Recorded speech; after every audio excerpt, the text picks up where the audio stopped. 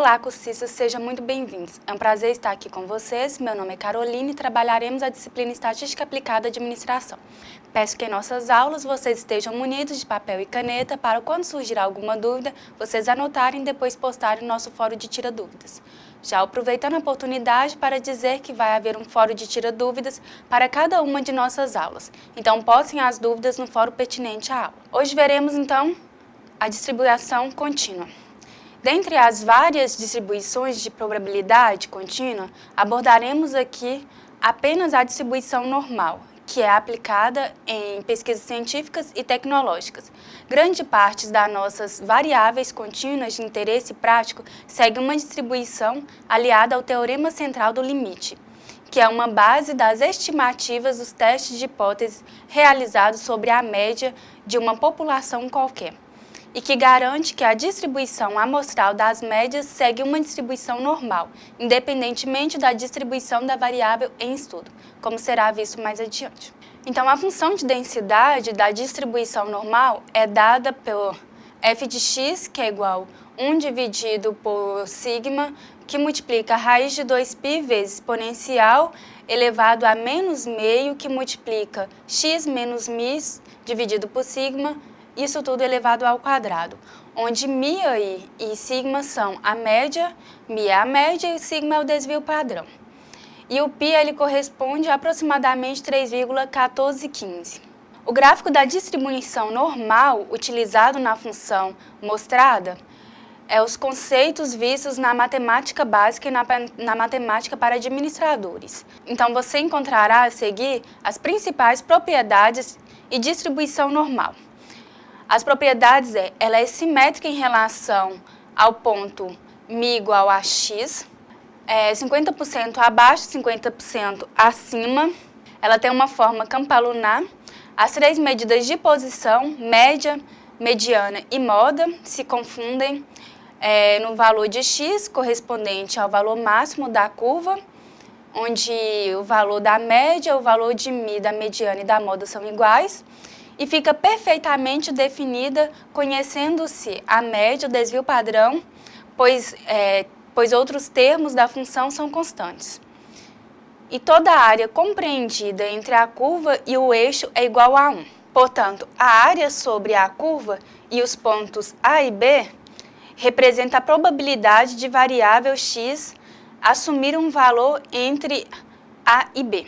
Então, desse modo, você pode associar, no caso das distribuições contínuas, a área do gráfico que corresponde à probabilidade.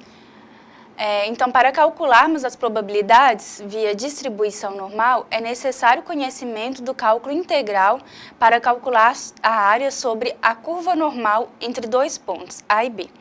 Assim, procuramos tabelar os valores da probabilidade que seriam obtidos por meio da integração da função densidade de probabilidade normal em um determinado intervalo.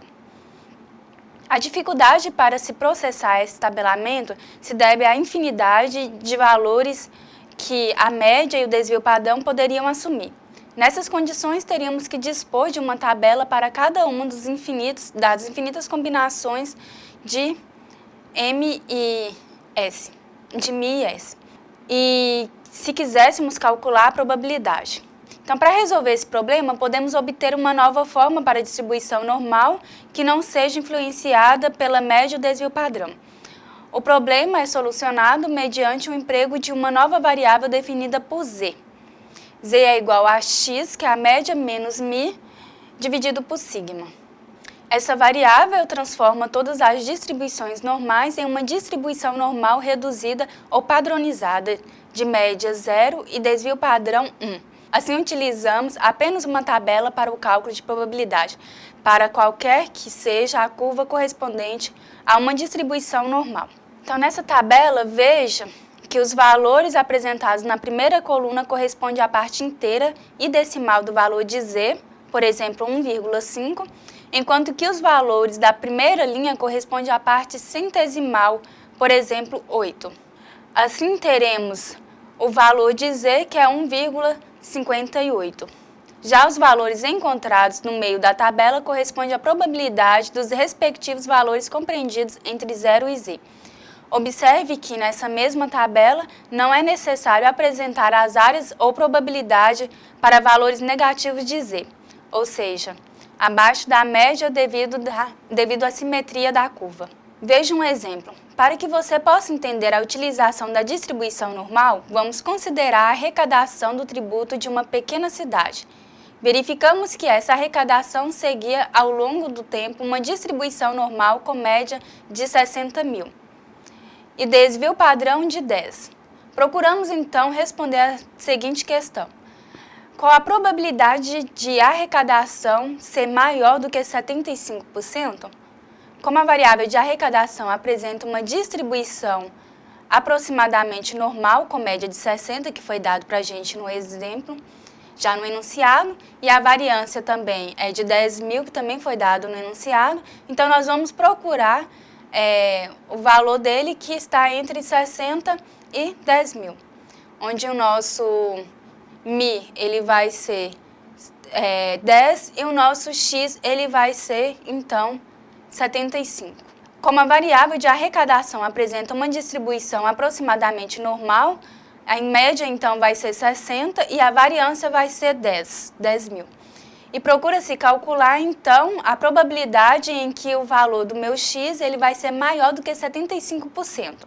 Então, primeiramente, a gente precisa transformar a variável X em Z e depois substituir na expressão com os valores corretos. Então, Z, a forma dele é X, que é a média, menos Mi dividido por desvio padrão. Então, ali a gente tem que o valor da média, nosso valor de X ali é 75 mil.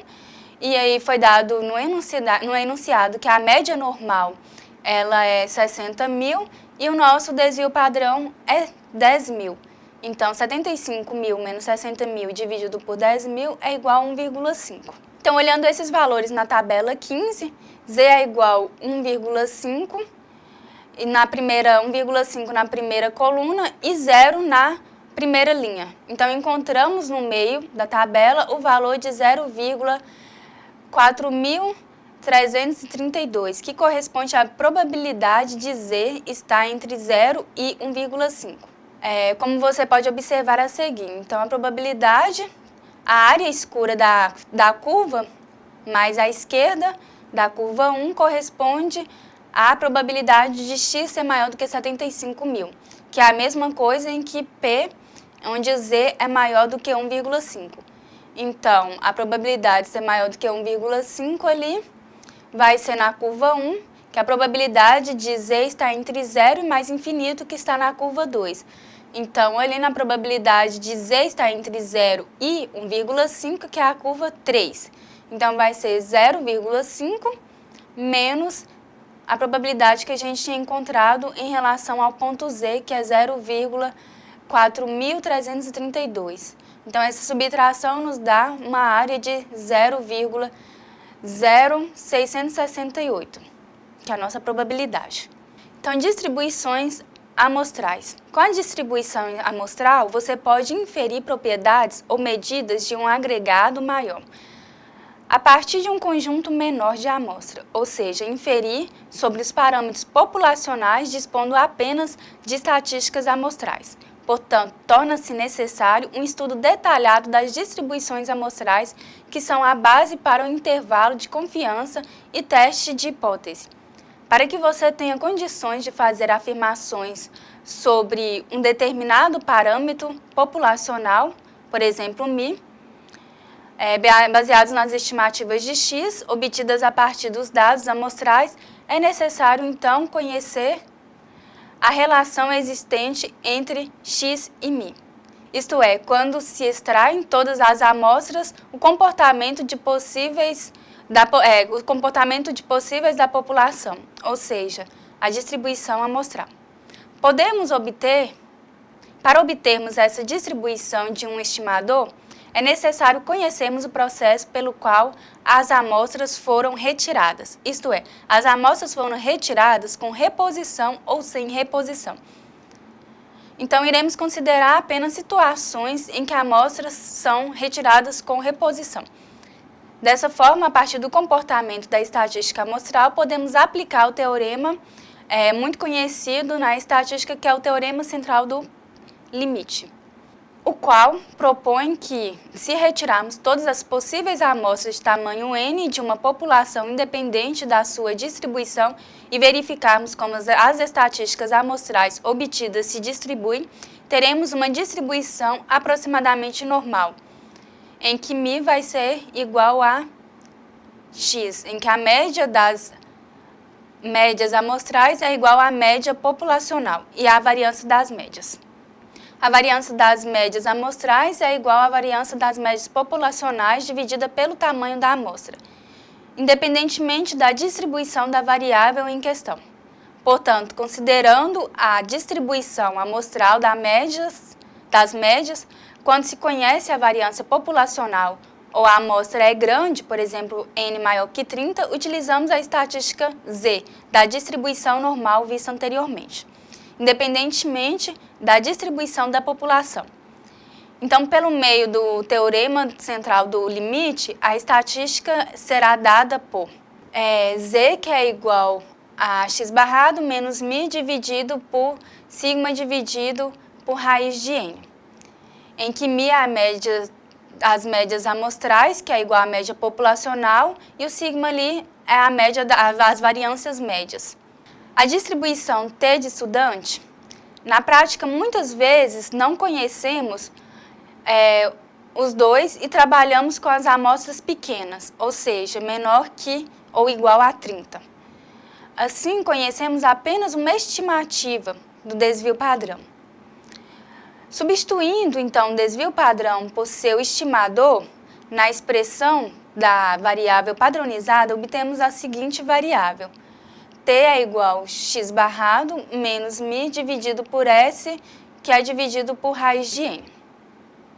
Essa variável segue uma distribuição T estudante com n menos 1 grau de liberdade, o que corresponde ao divisor do cálculo da variância amostral, ou seja, um número de variáveis na amostra que variam livremente na definição da estatística. A distribuição T de estudante apresenta as seguintes características: ela é simétrica em relação à média, que é zero, e tem forma campanular, que é semelhante à normal. Quando n tende para infinito, a distribuição T tende para a distribuição normal. Na prática, a aproximação é considerada boa quando n é maior do que 30. Então, possui n menos 1 grau de liberdade. Vamos, então, agora aprender a utilizar a tabela da distribuição T estudante. Na primeira linha, temos o valor de alfa, que corresponde à probabilidade da área acima de um determinado valor da tabela. Veja a seguir o conceito, então, de alfa, que é a área mais escura. Então, para exemplificar o uso da tabela, consideramos que desejamos encontrar a probabilidade de ser maior do que um valor de T igual a 2,764, trabalhando com uma amostra de tamanho n igual a 11. Portanto, temos 10 graus de liberdade, porque o grau de liberdade é n menos 1, então é 11 menos 1, então é igual a 10. Nessa linha, então, procuramos o valor que desejamos encontrar, que é 2,764. Subindo na tabela em direção a alfa, encontraremos um valor de 0,01 na primeira linha, ou seja, essa é a probabilidade de ser maior do que 2,764, com 10 graus de liberdade. Então, distribuição de Q². Retirando uma amostra de n elementos de uma população normal com média μ e a variância sigma ao quadrado, podemos considerar que a distribuição amostral da variável amostral segue uma distribuição de x², que a gente chama de Q², com n menos 1 grau de liberdade. A variável da estatística de Q² será dada por x², Q², que é igual a n menos 1, que multiplica S², dividido por sigma ao quadrado, que tem a distribuição de Q² com n menos 1 grau de liberdade. Essa distribuição é sempre positiva, o que pode ser comprovado pela própria definição da variável, e ainda é assimétrica à direita, como você pode ver no gráfico da distribuição. Então, em contraprobabilidade, vamos ver então um exemplo. Em contraprobabilidade, o valor de Q² ser maior do que 3,25 com 10 graus de liberdade. Ou seja, o Q quadrado ele vai ser maior do que 3,25. Para 10 graus de liberdade e um valor de 3,25, um valor aproximado na tabela, encontramos na parte superior um valor de alfa igual 0,975, que corresponde à probabilidade procurada. A distribuição F. A distribuição F, ou de Fisher, corresponde à distribuição da razão de duas variâncias. Temos, então, duas populações que apresentam variâncias populacionais e delas são retiradas amostras nas quais são calculadas variâncias amostrais. A relação entre as variâncias é que nos dá a distribuição de F. A estatística da distribuição é apresentada a seguir.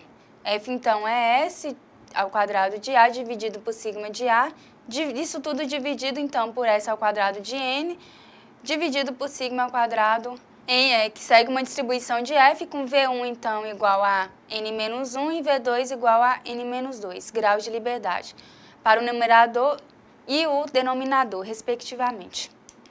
Na teoria de decisão estatística, os testes de hipótese têm uma importância fundamental, já que nos permitem dizer, por exemplo, se os parâmetros de duas populações são de fato iguais ou diferentes, utilizando para isso amostras dessa população. Sendo assim, a tomada de decisão de um gestor público deve estar baseada na análise de dados amostrais a partir de um teste de hipótese. Você pode definir as hipóteses a serem testadas, retiradas da amostra das populações a serem estudadas, calcular as estatísticas delas e, por fim, determinar o grau de aceitação da hipótese baseado na teoria de decisão. Ou seja, se uma determinada hipótese será considerada provavelmente verdadeira ou falsa. Para você decidir se uma hipótese é provavelmente verdadeira ou falsa, ou seja, ela deve ser aceita ou rejeitada, considerando-se uma determinada amostra, precisa seguir uma série de passos que são. Então, primeiro passo, definir a hipótese de igualdade, que a gente chama de H0, e a hipótese alternativa, que nós chamamos de H1. Para tentar rejeitar o H0, possíveis erros associados à tomada de decisão. Então, definir o nível de significância de alfa, é o nosso segundo passo. O terceiro passo é definir a distribuição amostral a ser utilizada. O quarto passo é definir os limites da região de rejeição de aceitação. E o quinto passo é calcular a estatística de distribuição escolhida a partir dos valores amostrais obtidos e tomar a decisão. Você deve tomar a decisão baseado nas seguintes regras. Se o valor da estatística da distribuição calculado estiver na região rejeitada, de rejeição, então a gente vai rejeitar a hipótese nula. Caso contrário, se o valor da estatística calculado caiu na região de aceitação, a decisão será que a hipótese nula não poderá ser rejeitada, ao nível de significância determinada. Supondo que você tenha amostras representativas das populações investigadas, perceba que pode cometer dois erros antes da tomada de decisão baseada em testes de hipótese. Primeiro, rejeitar indefinidamente uma hipótese verdadeira, que é o erro de tipo 1, ou rejeitar uma hipótese falsa, que é o erro do tipo 2. A importância relativa desses erros depende do contexto. Por exemplo, no julgamento de um réu, presume-se uma inocência. A hipótese, então, o réu é inocente. Pro princípio jurídico, considera-se pior condenar o réu injustamente, é o erro do tipo 1, do que absolver ele por engano. Então, o réu, de fato, é o culpado. A gente vai chamar, então, de erro de tipo 2. Por isso, os procedimentos legais tendem a minimizar a chance de cometer o erro do tipo 1, mas com efeitos colaterais indesejados de aumentar a probabilidade de cometer o erro de tipo 2. A maneira de reduzir, ao mesmo tempo, a chance de cometer erros do tipo 1 e 2 é obter o máximo de evidências ou informações para decidir. Então, testes de hipóteses bem executados têm como objetivo minimizar a probabilidade de cometer esses erros e, portanto, aumentar a chance da tomada de decisão, da tomada de decisão correta com bases em informações limitadas. Agora você verá detalhadamente os passos da formulação do teste de hipótese. Esteja bem atento. Estrutura dos testes de hipóteses, diversos conceitos serão apresentados ao longo do detalhamento dos passos a serem seguidos na formulação de um desses testes de hipótese. A primeira é formular as hipóteses H0 e H1. Primeiramente, vamos estabelecer as hipóteses nulas e alternativa.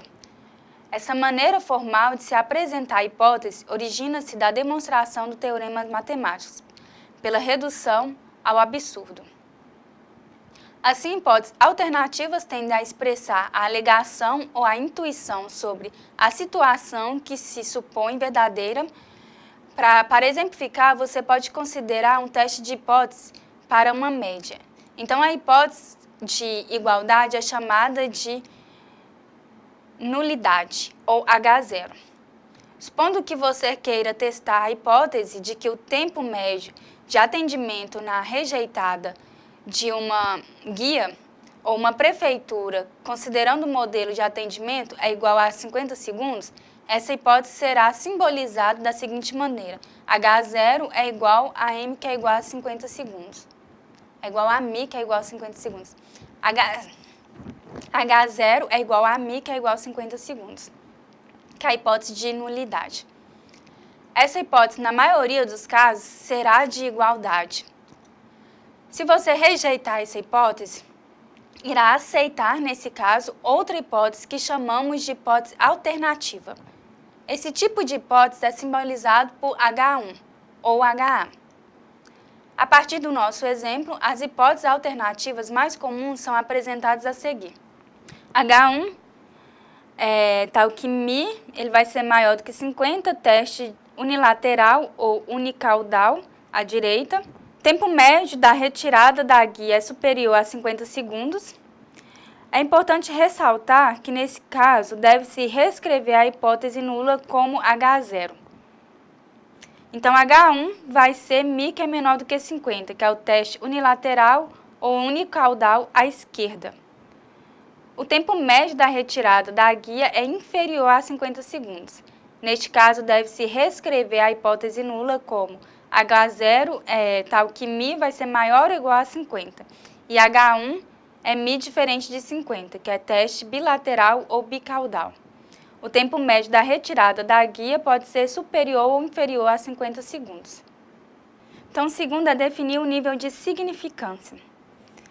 O nível de significância de um teste é dado pela probabilidade de se cometer um erro do tipo 1, ou seja, ocorre quando você rejeita a hipótese H0 e essa hipótese é verdadeira. Com o valor dessa probabilidade fixada, você pode determinar o chamado valor crítico, que separa a chamada região de rejeição da hipótese H0 da região de não rejeição da hipótese H0. No desenho a seguir, a área escura corresponde à significância do teste, ou seja, a probabilidade de se cometer o chamado erro tipo 1, rejeitar H0, quando ela é verdadeira. Essa probabilidade é chamada de alfa e geralmente os valores mais utilizados são 0,01 e 0,05. O complemento do nível de significância é chamado de nível de confiança. A área dos gráficos é dada por 1 menos alfa.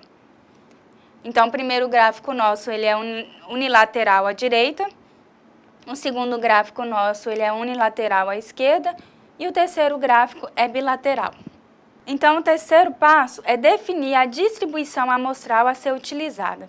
Você definirá a estatística a ser utilizada no teste em razão em uma distribuição amostral, a qual os dados seguem. Se você fizer um teste de hipóteses para uma média ou a diferença entre médias, utilize a distribuição Z ou TI de estudante. Outro exemplo, se você quiser comparar a significância de duas populações, deverá trabalhar então com a distribuição F. O quarto passo é definir os limites da região de rejeição. Os limites da região de rejeição e de aceitação da hipótese H0 serão definidos por você em razão do tipo da hipótese H1. Os limites de rejeição, então o quarto passo é definir os limites da região de rejeição. Os limites entre as regiões de rejeição e de aceitação da hipótese H0 serão definidos por você em razão da hipótese H1, do valor de alfa, o nível de significância, e da distribuição amostral utilizada. Considerando, por exemplo, um teste bilateral, você terá a região de não rejeição com a probabilidade de 1 menos alfa e uma região de rejeição com a probabilidade de alfa. Então, alfa dividido por 2 mais alfa dividido por 2. Então, temos aí o gráfico da região de não rejeição. Então, por meio da amostra obtida, você deve calcular a estimativa que servirá para aceitar ou rejeitar as hipóteses nulas. Neste momento, você pode estar perguntando: como eu irei calcular a estimativa, ou seja, o valor da estatística a partir dos dados amostrais? A resposta será dada muito bem, a partir de agora. Então, para tomar a decisão, você deve calcular a estimativa do teste estatístico que será utilizada para rejeitar ou não a hipótese H0. A estrutura deste cálculo para a média, de uma forma generalizada, é dada por estimativa estatística da distribuição, que é igual estimativa menos o parâmetro dividido por erro da estimativa. Podemos exemplificar pela distribuição de Z, que será Z é igual a x barrado menos μ dividido por sigma dividido por raiz de n. Se o valor da estatística estiver na região crítica de rejeição, você vai rejeitar então H0. Caso contrário, não vai rejeitar o H0, pois quando decidimos não rejeitar no teste, concluímos que as evidências disponíveis não é suficientemente forte para desacreditarmos que a hipótese seja nula. Mas ao tomar a decisão de não rejeitá-la, podemos cometer o erro do tipo 2. O esquema a seguir mostra muito bem a situação dessa decisão, em que aí temos a primeira parte, H0 é rejeitada, e na parte central, H0 não é rejeitada. E nas partes bilaterais, H0 será rejeitado. Teste de hipótese média. Quando você retira uma amostra de uma população e calcula a média dessas amostras, é possível verificar se uma afirmação sobre o valor dessa média é provavelmente verdadeira. Para tanto, basta verificar se a estatística do teste estará ou não na região da rejeição de H0. Aqui você tem duas situações distintas. A primeira situação é se o desvio padrão da população é conhecido ou a amostra é considerada grande. A amostra é considerada grande quando seu N é maior do que 30. A distribuição amostral a ser utilizada será a normal padronizada, ou a Z, que a gente já viu anteriormente. E a estatística do teste que você utilizará será Z vai ser igual a x barrado menos μ dividido por sigma dividido por raiz de n, onde ali o nosso x barrado é a média amostral, o μ é a média populacional, sigma é o desvio padrão populacional e o nosso n é o tamanho da amostra. Então, imagine a seguinte situação. Um gestor público sabe que para montar um determinado negócio de um bairro de Curitiba, é necessário que nele circulem no mínimo 1.500 pessoas por dia. Para o tipo de bairro em questão, é possível supor que o desvio padrão populacional como sendo igual a 200 pessoas.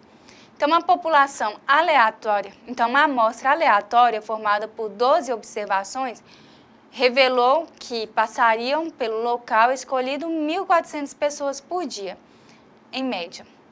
Então, o negócio ele pode ser montado ou não. Assuma, então, que o desvio padrão ele vai ser igual a 5% e suponha que uma população normalmente distribuída. Então, resolução.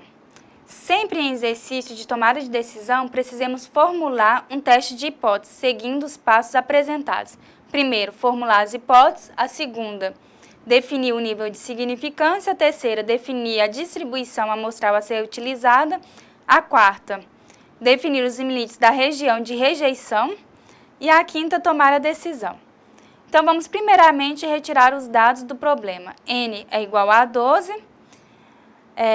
A nossa média, a gente sabe que é 1.400, passam pessoas por dia. e o desvio padrão é 200.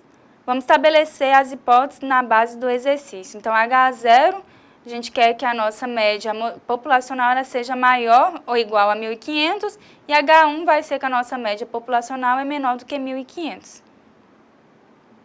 Caso tenhamos uma média igual a 1.500 pessoas, podemos montar um negócio.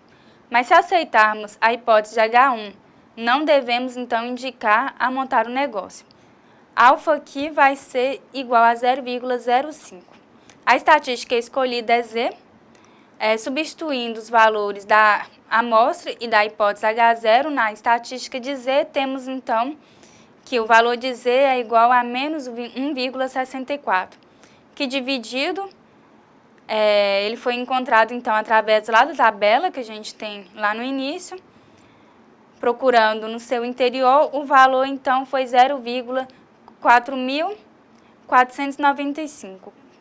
Como o Z calculado é menor do que o Z tabelado, ou seja, é menor do que menos 1,73, então podemos afirmar com 95% de certeza que transitam menos de 1.500 pessoas por dia no local. E assim verificamos que não é viável montar um negócio naquele bairro.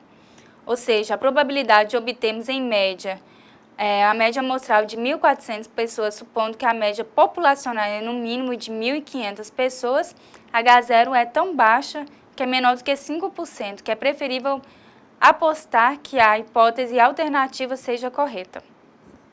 Então, teste de hipótese de duas variáveis. Esse teste de hipótese é utilizado para sabermos se duas variâncias populacionais são estatisticamente iguais, ou se uma é maior do que a outra. Utilizando a distribuição F, podemos formular o teste da hipótese da razão entre duas variâncias e chegarmos à conclusão baseados apenas nas estimativas calculadas a partir das amostras.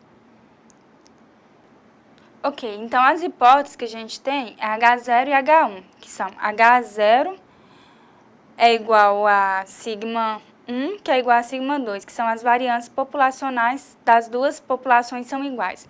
E H1, a variância da população 1 é maior do que da população 2. Como estamos utilizando o teste unilateral à direita, por questões didáticas, então, no cálculo da estatística de F, teremos a maior variância definida. Então, teremos a maior variância dividida pela menor variância. Mais à frente, você irá utilizar este tipo de teste de hipótese fazendo a seguinte relação. Caso o teste rejeite a hipótese H0, você irá concluir que uma variância é maior do que a outra. E, por consequência, elas podem ser consideradas iguais. Então, a maior variância amostral encontrada será chamada de S1, proveniente de uma amostra do tamanho N1. E a menor variância amostral será chamada de S2, provavelmente proveniente de uma amostra do tamanho N. Então, a variável do teste F será dada por F, que é igual a S1 dividido por sigma 1, que divide S2 dividido por sigma 2. É teste de hipótese para a diferença média. Quando queremos comparar a média de duas populações, retiramos a amostra delas que podem apresentar tamanhos diferentes. Vamos considerar situações de amostras independentes, as populações que não apresentam nenhuma relação entre si, e de amostras dependentes, que são as populações que sofrem uma intervenção e é aliada antes e depois da intervenção, para sabermos se a intervenção teve algum efeito. No primeiro caso, então, as amostras independentes e grandes é N maior do que 30, ou então as variâncias populacionais são conhecidas. E no segundo caso, as amostras independentes e pequenas, que é quando o meu N é menor ou igual a 30, mas que apresenta variâncias populacionais desconhecidas e estatisticamente iguais. No terceiro caso, as amostras independentes e pequenas, que é N menor ou igual a 30, mas que apresentam variâncias populacionais desconhecidas e estatisticamente desiguais. E o quarto caso, as amostras dependentes. Então, nós vamos analisar cada uma dessas situações. Lembre-se de que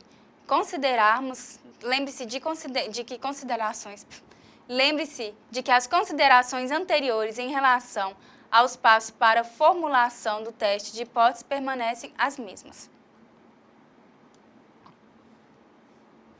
A grande diferença, como você verá, ocorre somente na determinação das hipóteses a serem testadas. A hipótese H0 será H0, que é igual a Mi1 menos Mi2, que é igual a D0, onde Mi1 é a média da população 1, Mi2 é a média da população 2. E D0 corresponde a uma diferença qualquer que seja que você deseja, e D0 corresponde a uma diferença qualquer que você deseje testar. Geralmente, quando queremos saber as médias ou as duas populações são estatisticamente iguais, utilizamos o valor de D0, que é igual a 0.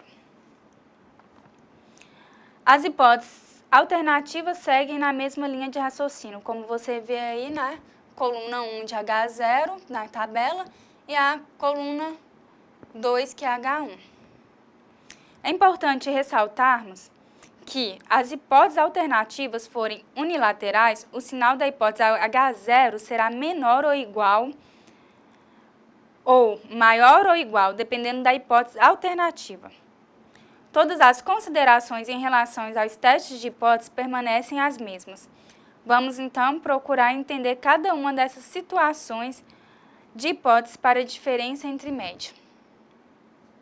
Então, no primeiro caso, as amostras independentes e grandes, que é N maior que 0, ou as variâncias populacionais conhecidas, como estamos trabalhando aqui com amostras grandes ou com desvio padrão populacionais conhecidos, devemos trabalhar com a distribuição amostral de Z. Então, portanto, a estatística do teste será dada por Z, que é igual a média amostral 1 menos a média amostral 2, menos a média da população 1 menos a média da população 2, isso tudo dividido pela variância da população 1, dividido por tamanho da amostra 1, mais a variância da população 2, dividido pelo tamanho da amostra 2. Se trabalharmos com amostras grandes, podemos substituir as variâncias populacionais pelas variâncias amostrais sem nenhum problema. No segundo caso, as amostras independentes e pequenas, mas que apresentam variâncias populacionais desconhecidas e estatisticamente iguais, você deve trabalhar com a distribuição T de estudante, uma vez que as amostras que estamos trabalhando são pequenas e as variâncias da população são desconhecidas. Aqui, então, estaremos considerando que as variâncias populacionais são estatisticamente iguais, pois essa situação influenciará nos cálculos e, consequentemente, no processo decisório. Para saber se as variâncias podem ser consideradas iguais, você deve fazer um teste de razão de duas variâncias, que é o teste F. A estatística do teste será dada por T, que é igual a média da amostra 1 menos a média da amostra 2 menos a média da população 1 menos a média da população 2, dividido por SP, que multiplica 1 menos o tamanho da amostra 1 mais 1 dividido pelo tamanho da amostra 2. E o terceiro caso, então, as amostras independentes e pequenas, mas que apresentam variâncias populacionais desconhecidas e estatisticamente desiguais. A diferença dessa situação para a anterior é que você agora considera que as populações apresentam variâncias estatisticamente desiguais. Para saber se elas são estatisticamente desiguais ou diferentes, você deve fazer um teste de hipótese para a razão de duas variâncias. Também utilizamos aqui a estatística do teste a partir da distribuição de T estudante. A estatística é dada por T, que é a média da amostra 1 menos a média da amostra 2 menos a média da população 1 menos a média da população 2 dividido por sigma por 1 dividido por SP, que multiplica, então, a raiz de 1 dividido por N1 mais 1 dividido por N2. Então, outra diferença está no cálculo do número de graus de liberdade, pois nessa situação utilizamos uma aproximação que é dada por a expressão que é V, que é igual a G de L. Se esse valor calculado apresentar valores decimais, você deve fazer arredondamento para o número inteiro. Então, teste de hipótese para diferença entre proporções. Em diversas situações, o que interessa é saber se a proporção de sucesso, que é o evento de interesse, em duas populações apresentam a mesma proporção ou não. Neste caso, os dados seguem uma distribuição de proporção de Bernoulli, com média P e variância PQ. Portanto, a expressão da estatística do teste, no caso de utilizarmos a distribuição de Z, será dada pela fórmula P1 menos P2, que correspondem à proporção de sucesso da amostra 1, P1, e a proporção da amostra de sucesso da amostra 2, que é P2. Menos, então, P1, que representa a proporção de sucesso nas populações 1, menos P2, que representa a proporção de sucesso na população 2. Dividido, então, pelo P circunflexo vezes Q circunflexo, dividido por N1, mais P2 circunflexo vezes Q2 circunflexo, dividido por N2. Vamos ver um exemplo agora.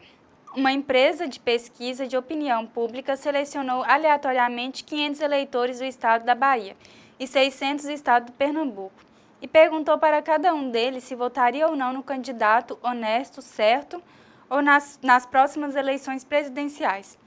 Responderam afirmativamente 80 eleitores da Bahia e 150 de Pernambuco. Existe alguma diferença entre as proporções de eleitores a favor do candidato dos dois estados? Use o nível de significância igual a 6%. Então, na Bahia, a gente tem que N é igual a 500 e o P aqui vai ser 80 dividido por 500, que é igual a 0,16. E o nosso Q é 0,84. Já em Pernambuco, a gente tem que N é igual a 600 e o P vai ser 150 dividido por 600, que é igual a 0,25, e o Q vai ser igual a 0,75. O nosso valor de Q aqui é 1 menos o valor de P. Então, aí nesse caso seria 1 menos 0,25, que deu 0,75. Vamos estabelecer as hipóteses, que é H0, que é igual ao P da Bahia, que vai ser igual a 0 aqui, nossa primeira hipótese, e H1, que vai ser diferente de 0, já que H0 é igual a 0.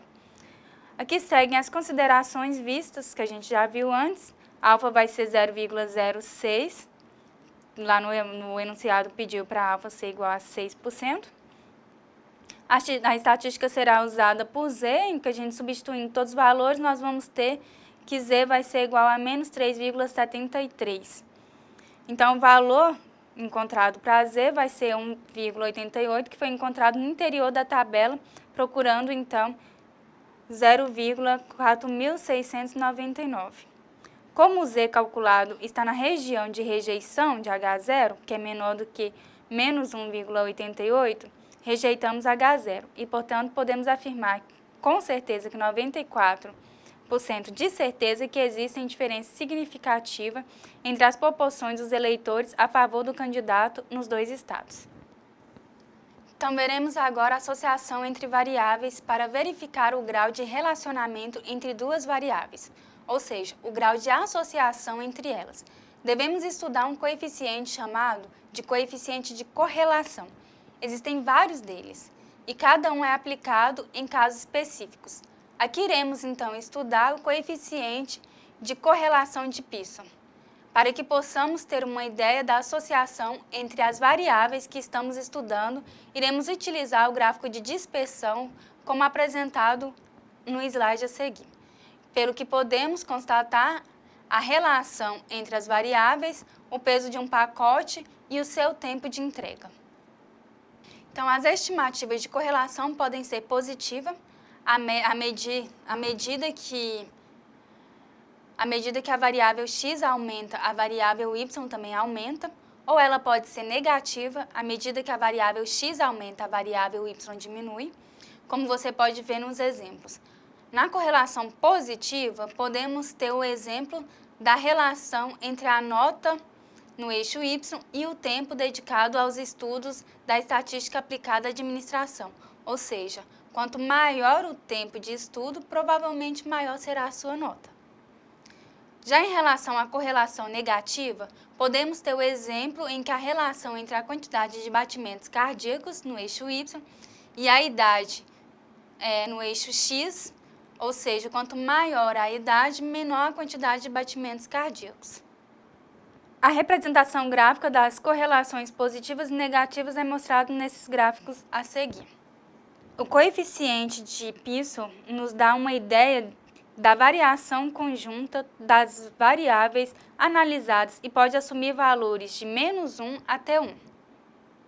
Então, a fórmula dele é dada por R, que é igual ao somatório de todos os valores de x multiplicado por y. Então, nós vamos multiplicar x por y em cada um dos itens e depois somar todo mundo, menos, então, somatório de todos os valores de x, menos somatório de todos os valores de y, dividido pelo número de elementos. Isso tudo dividido, então, por somatório de x elevado ao quadrado. Então, vamos elevar cada elemento de x ao quadrado e depois somar todos eles, menos o somatório ao quadrado de cada um dos elementos dividido por n, multiplicado pelo somatório de y ao quadrado. Então, vamos somar todos os exemplos de então, vamos somar todos os elementos de y e depois ao quadrado e depois vamos elevar todos os elementos de y ao quadrado, depois somar, menos, então, o somatório de todos os elementos de y ao quadrado dividido por n. A ocorrência de um valor R igual a zero ou próximo de zero indica apenas que não há correlação linear entre as variáveis, porque pode existir uma forte relação não linear entre elas. No gráfico de dispersão de peso de pacote e respectivo tempo de entrega, onde temos uma relação não linear, vejamos algumas características do coeficiente de correlação de Pearson. Seus valores estão compreendidos entre -1 e 1. Se o coeficiente for positivo, as duas características estudadas tendem a variar no mesmo sentido. Se o sinal for negativo, as duas características estudadas tendem a variar em sentidos contrários. A relação entre duas variáveis é tanto mais estreita quanto mais o coeficiente se aproxima de 1 ou de -1. E o valor de R é estimado pelo parâmetro ρ, da mesma forma em que a média x é estimada de μ. Para testar se o valor de R é estimado ou igual, para testar se o valor de R é estatisticamente igual ao parâmetro de uma população em que ρ é igual a zero, podemos empregar o teste T, que é definido então pela fórmula de T, onde n aí é o número total de pares, R ao quadrado é o coeficiente de correlação ao quadrado, ρ é o parâmetro de correlação populacional e GL é o grau de liberdade, que é n-2. Situação. Vamos determinar o coeficiente de correlação entre a porcentagem de aplicação do total recurso da educação de uma prefeitura, que a gente está chamando de x, e o grau de conhecimento médio da população da cidade, que vamos chamar de y. Para isso, então, serem avaliadas 10 cidades. Então, quando a gente fizer todos os somatórios, nós teremos aqui primeiro que encontrar, né, qual que vai ser, substituir aqui na nossa fórmula de correlação e depois disso, então, encontrar cada um desses somatórios. O somatório de x é somar cada um dos elementos x, que é 5, mais 10, mais 20, mais 30, até o último, que é 90. Esse somatório total deu 455. Depois, nós vamos somar cada um desses elementos ao quadrado. Então, é 5 ao quadrado, depois mais 10 ao quadrado, mais 20 ao quadrado, até o 90 ao quadrado. Todo esse somatório deu 28.525. Depois do somatório de y, somar cada um dos elementos de y, então é 70, mais 40, mais 27, até chegar no 12. Esse somatório deu 247. E somar agora todos os elementos de y ao quadrado. Os elementos de y ao quadrado é 70 ao quadrado, 40 ao quadrado, até chegar no 12 ao quadrado. Esse somatório, depois que a gente eleva cada um ao quadrado, acha o quadrado e soma todo mundo, dá 9.027. O somatório de todos os valores obtidos por meio do produto, então, que é x vezes y, vai ser cada um dos valores, então, de x vezes y, respeitando a sua linha. Então, é 5 vezes 70 mais 10 vezes 40 até chegar no 90 vezes 12. Esse somatório deu 7.470. Quando a gente substituir todos esses valores, nós teremos, então, o coeficiente de correlação de Pearsall, que será menos 0,7877.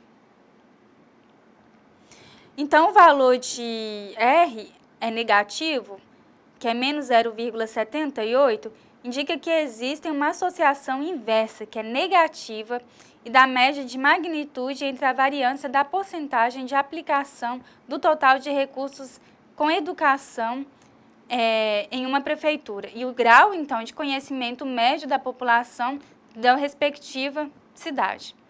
Ou seja, então, provavelmente os recursos destinados à educação não estão sendo bem empregados, já que a relação foi negativa, como se esperava, porque a gente estava esperando que ela fosse positiva. Então, devemos ter cuidado na interpretação do coeficiente de correlação, pois este não implica necessariamente uma medida de causa e efeito. É mais seguro interpretá-lo como medida de associação. Por exemplo, podemos encontrar uma correlação muito alta entre o aumento dos salários dos professores e o consumo de bebidas alcoólicas através de uma série de anos em uma dada região. Esse valor de R encontrado foi alto apenas porque pode ser ambas as variáveis que tenham sido afetadas por uma causa comum, ou seja, elevação do padrão de vida dessa região. E com isso, então, encerramos a nossa última videoaula. Espero que vocês tenham gostado e que tenham absorvido ao menos um pouco do que vimos aqui hoje. Lembrem-se de acessar a sala virtual, de participar dos fóruns e de postar as suas dúvidas. E não esqueçam também dos estudos da apostila. Por enquanto é só, bons estudos e até a próxima!